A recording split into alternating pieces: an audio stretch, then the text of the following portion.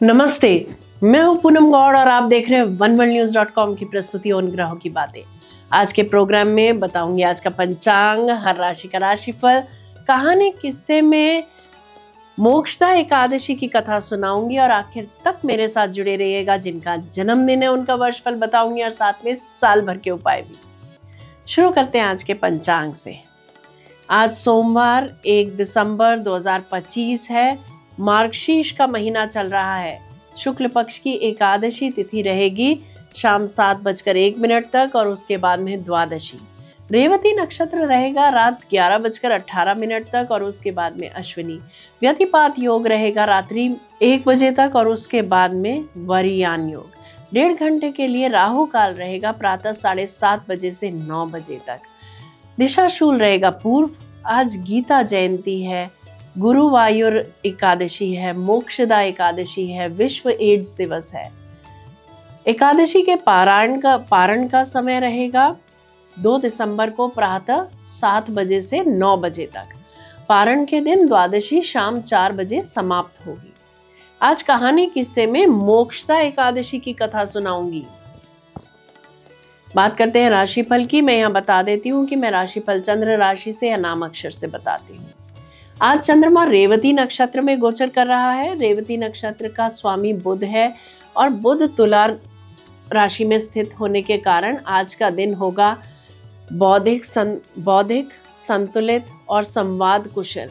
व्यापार, सौदेबाजी और निर्णयों के लिए उपयुक्त। यात्राओं, मीटिंगों और संचार से लाभकारी।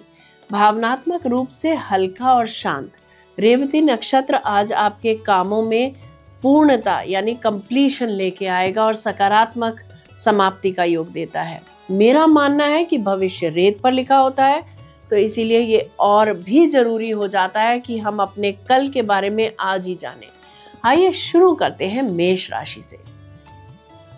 आज नए संपर्क और बातचीत से लाभ मिलेगा। काम में गतिशीलता रहेगी। छोटी यात्रा सफल होगी। परिवार में मधुरता आएगी। ऑफिस में आपके काम की सराहना होगी। आर्थिक स्थिति मजबूत होगी। Bank official, financiers, doctors, lawyers, cooks, इन सब के लिए दिन अच्छा रहेगा। इन्फेक्शन से बचें। वृषभ राशि, आर्थिक स्थिति बेहतर होगी। किसी पुराने कार्य का सकारात्मक परिणाम मिलेगा। प्रेम जीवन में मधुरता आएगी। स्वास्थ्य अच्छा रहेगा। अविवाहित जातकों के विवाह प्रस्ताव संभव है। स्वास्थ्य उत्तम रहेगा। महंगी वस्तुएं खरीदने के लिए लोन ले सकते हैं आप। Bank officials, financiers, doctors, sports, कला के क्षेत्र के लोगों को लाभ होता दिख रहा है। मिथुन राशि की बात करते हैं। आज का दिन अत्यंत शुभ रहने वाला है। नई शुरुआत, नए अवसर, करियर में सफलता, संचार कौशल चमकेगा। अपनी मेहनत से अपने सपने साकार करेंगे आप आज। परिवार में किसी वरिष्ठ का सहयोग मिलेगा। प्रेम जीवन में छोटी सी गलतफहमी तनाव ला सकती है। स्वास्थ्य में थकान रह सकती है। कर्क राशि, भावनात्मक संतुलन जरूरी है। घर परिवार से जुड़े कार्य पूर्ण होंगे। आर्थिक स्थिरता आएगी। यात्रा के योग बन रहे हैं। विदेश में सेटल होने के चांसेस बनते हैं। गुप्त तरीके से काम कर सकते हैं आप। ट्रांसफर होते होते रुक सकती है। परिवार में प्रसन्नता का वातावरण रहेगा। दाम्पत्य जीवन मधुर रहेगा। स्वास्थ्य अच्छा रहेगा। सिंह राशि की बात करते हैं। आज आत्मविश्वास बढ़ेगा। काम में आपकी योजनाएं सफल होंगी। किसी मित्र से लाभ होता दिख रहा है। प्रेम जीवन में उत्साह बना रहेगा। परिवार में शांति बनी रहेगी। स्वास्थ्य उत्तम रहेगा। मित्रों के साथ आज समय अच्छा बीतेगा। लेखन के कार्यों में रुचि बढ़ेगी। कन्या राशि, आज कई काम आपके पक्ष में होंगे। आर्थिक लाभ, कार्य क्षेत्र में प्रगति, छात्रों के लिए उत्कृष्ट समय, परिवार से सहयोग मिलेगा। स्वास्थ्य अच्छा रहेगा। योग ध्यान का लाभ ले। प्रमोशन से निर्मल सुयश मिल सकता है। धन कमाने के तरीकों पर विचार करेंगे आज आप। तुला राशि, आज का दिन बुद्धि, आकर्षण व सफलता से भरा रहेगा। नया कार्य शुरू करने के लिए आज का दिन शुभ है। रिश्तों में मधुरता आएगी। कार्य क्षेत्र में आपकी मेहनत और कॉन्फिडेंस का फल मिलेगा। दाम्पत्य जीवन सुखमय रहेगा और प्रेम संबंध मजबूत होंगे। स्वास्थ्य अच्छा रहेगा। धर्म के कार्यों में रुचि बढ़ेगी। वृश्चिक राशि, गहरे निर्णय लाभ देंगे, आर्थिक स्थितियों में सुधार आएगा, कार्य में स्थिर गति रहेगी, निजी जीवन में शांति बनी रहेगी, लकी अपॉर्चुनिटीज या एग्रीमेंट्स में बाधा आ सकती है। धनु राशि, मित्रों का सहयोग मिलेगा, नए अवसर आएंगे, किसी मीटिंग में सफलता मिलती दिख रही है, प्रेम संबंध आगे बढ़ेंगे, ऊंची पदवी मिलने से नाम और शोहरत मिलेगी। विद्यार्थियों के लिए समय शुभ है, परिवार में प्रसन्नता रहेगी, प्रेम जीवन सामान्य रहेगा, स्वास्थ्य अच्छा रहेगा। मकर राशि, कार्यस्थल पर आपकी क्षमता की सराहना होगी, उच्च अधिकारियों से लाभ मिलेगा, आर्थिक स्थिति बेहतर होती दिख रही है, दाम्पत्य जीवन सुखमय रहेगा, स्वास्थ्य अच्छा रहेगा। अगर आपकी ऑफिस में सहकर्मियों से कुछ झड़प है तो टेंशन बढ़ सकती है। बात करते हैं कुंभ राशि की। आज आपका भाग्य मजबूत रहेगा, यात्रा शुभ फलदायी सिद्ध होगी, शिक्षा, आध्यात्मिकता और नए ज्ञान में रुचि बढ़ेगी, परिवार का सहयोग बना रहेगा, स्वास्थ्य अच्छा रहेगा, लेकिन भावनाओं पर नियंत्रण रखें, धर्म के कार्यों में रुचि बढ़ेगी, नए संबंधों के साथ अच्छा समय बीतेगा, उच्च शिक्षा में बाधा आ सकती है, किसी प्रपंच में न फंसे। आखिर में बात करते हैं मीन राशि की। आज का दिन अत्यंत शुभ रहेगा, कार्य पूरे होंगे, सम्मान मिलेगा, आर्थिक लाभ भी मिलेगा, प्रेम जीवन में आनंद की अनुभूति होगी। जिन जातकों को हृदय से संबंधित समस्या है वे आज सावधान रहें, माँ की ओर से परेशानी का सामना करना पड़ सकता है, पार्टनरशिप में चीटिंग मिल सकती है, थोड़ी सतर्कता बरतें, जीवन साथी के साथ ससुराल जा सकते हैं आज आप। ये था राशि का राशिफल। बात करते हैं कहानी किस्से की। आइए मोक्षदा एकादशी की कथा सुनते हैं। युधिष्ठिर बोले, देवेश्वर, मार्गशीर्ष मास के शुक्ल पक्ष में कौन सी एकादशी होती है, उसकी क्या विधि है तथा उसमें किस देवता का पूजन किया जाता है? स्वामिन, यह सब यथार्थ रूप से बताइए। श्री कृष्ण ने कहा, नृपश्रेष्ठ, मार्गशीर्ष मास के शुक्ल पक्ष की एकादशी का नाम का वर्णन करूंगा, जिसके श्रवण मात्र से वाजपेय यज्ञ का फल मिलता है। उसका नाम मोक्षदा एकादशी है, जो सब पापों का अपहरण करने वाली है। राजन, उस दिन यत्न पूर्वक तुलसी की मंजरी तथा धूप दीपादि से भगवान दामोदर का पूजन करना चाहिए। मोक्षदा एकादशी बड़े बड़े पातकों का नाश करने वाली है। उस दिन रात्रि में मेरी प्रसन्नता के लिए नृत्य, गीत और स्तुति के द्वारा जागरण करना चाहिए। जिसके पितर पापवश नीच योनि में पड़े हो, वे इस एकादशी का व्रत करके इसका पुण्यदान अपने पितरों को करें तो पितृ मोक्ष को प्राप्त होते हैं। इसमें तनिक भी संदेह नहीं है। पूर्व काल की बात है, वैष्णवों से विभूषित परम रमणीय चंपक नगर में बैखानस नामक राजा रहते थे। वे अपनी प्रजा का पुत्र की भांति पालन करते थे। इस प्रकार राज्य करते हुए राजा ने एक दिन रात को स्वप्न में अपने पितरों को नीच योनि में पड़ा हुआ देखा। उन सबको इस अवस्था में देखकर राजा के मन में बड़ा विस्मय हुआ और प्रातःकाल ब्राह्मणों से उन्होंने उस स्वप्न को सारा हाल कह सुनाया। राजा बोले, ब्राह्मणों, मैंने अपने पितरों को नरक में गिरा हुआ देखा है।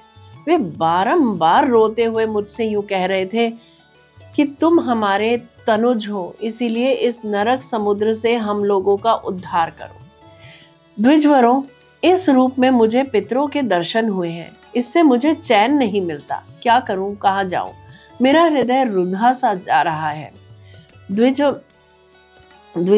द्विजोत्तमों, वह व्रत, वह तप और वह योग जिससे मेरे पूर्वज तत्काल नरक से छुटकारा पा जाएं, बताने की कृपा करें। मुझ बलवान तथा साहसी पुत्र के जीते जी मेरे माता पिता घोर नरक में पड़े हुए हैं, अतः ऐसे पुत्र से क्या लाभ है? ब्राह्मण बोले, राजन, यहाँ से निकट ही पर्वत मुनि का महान आश्रम है। वे भूत और भविष्य की भी ज्ञाता है। नृपश्रेष्ठ, आप उन्हीं के पास चले जाइए।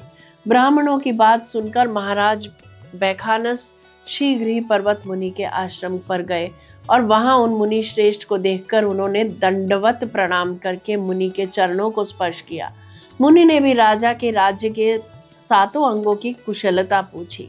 राजा बोले, स्वामिन, आपकी कृपा से मेरे राज्य के 7 अंग सुकुशल हैं, किंतु मैंने स्वप्न में देखा है कि मेरे पिता नरक में पड़े हैं। अतः बताइए कि किस पुण्य के प्रभाव से उनका वहां से छुटकारा होगा। राजा की यह बात सुनकर मुनिश्रेष्ठ पर्वत एक मुहूर्त तक ध्यानस्थ रहे। इसके बाद वे राजा से बोले, महाराज, मार्गशीर्ष के शुक्ल पक्ष में जो मोक्षदा एकादशी होती है, तुम सब लोग उसका व्रत करो और उसका पुण्य पितरों को दे डालो। उस पुण्य के प्रभाव से उनका नरक से उद्धार हो जाएगा। भगवान श्री कृष्ण कहते हैं, युधिष्ठिर मुनि की यह बात सुनकर राजा पुनः अपने घर लौट आए।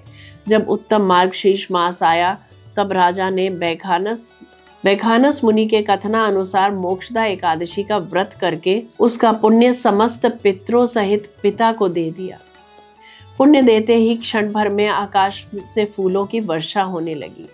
बैखानस के पिता पितरों सहित नरक से छुटकारा पा गए और आकाश में आकर राजा के प्रति यह पवित्र वचन बोले, बेटा, तुम्हारा कल्याण हो। यह कहकर वे स्वर्ग में चले गए। राजन, जो इस प्रकार कल्याणमयी मोक्षदा एकादशी का व्रत करता है, उसके पाप नष्ट हो जाते हैं और मरने के बाद वह मोक्ष प्राप्त कर लेता है। यह मोक्ष देने वाली मोक्षदा एकादशी मनुष्यों के लिए चिंतामणि के समान समस्त कामनाओं को पूर्ण करने वाली है। इस महात्म्य के पढ़ने और सुनने से वाजपेयी यज्ञ का फल मिलता है। जय श्री कृष्ण। जयराम जी की बात करते हैं जिनका जन्मदिन है। A very happy birthday to you. Enjoy your day. वर्ष 2025-26 आपके लिए प्रगति, नए अवसरों और जीवन में परिवर्तन का वर्ष रहेगा। करियर में आपकी मेहनत और नेतृत्व को बड़ी पहचान मिलेगी। नौकरी पेशा जातकों को प्रमोशन या किसी महत्वपूर्ण पद का प्रस्ताव मिलेगा। व्यवसायियों के लिए यह वर्ष विस्तार, बड़े क्लाइंट्स और आर्थिक वृद्धि लेकर आएगा। शिक्षा, प्रबंधन, मीडिया, लेखन, काउंसलिंग और प्रशासन से जुड़े लोगों को विशेष लाभ होगा। पारिवारिक जीवन में प्रेम, सम्मान और सहयोग बढ़ेगा। कोई महत्वपूर्ण पारिवारिक निर्णय आपके पक्ष में रहेगा। प्रेम जीवन में उत्साह और स्थिरता आएगी। अविवाहित जातकों के लिए विवाह का नया रिश्ता बनने के योग मजबूत हैं। आर्थिक स्थिति में तेजी आएगी। वर्ष के मध्य तक बड़ा आर्थिक लाभ संभव है।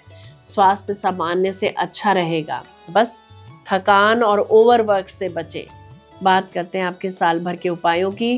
बुधवार को गाय को हरा चारा डालें। प्रतिदिन सूर्य को ओम गृणी सूर्याय नमः मंत्र बोलते हुए अर्घ दें। पिता अथवा पिता तुल्य लोगों की सेवा करें और आशीर्वाद लें।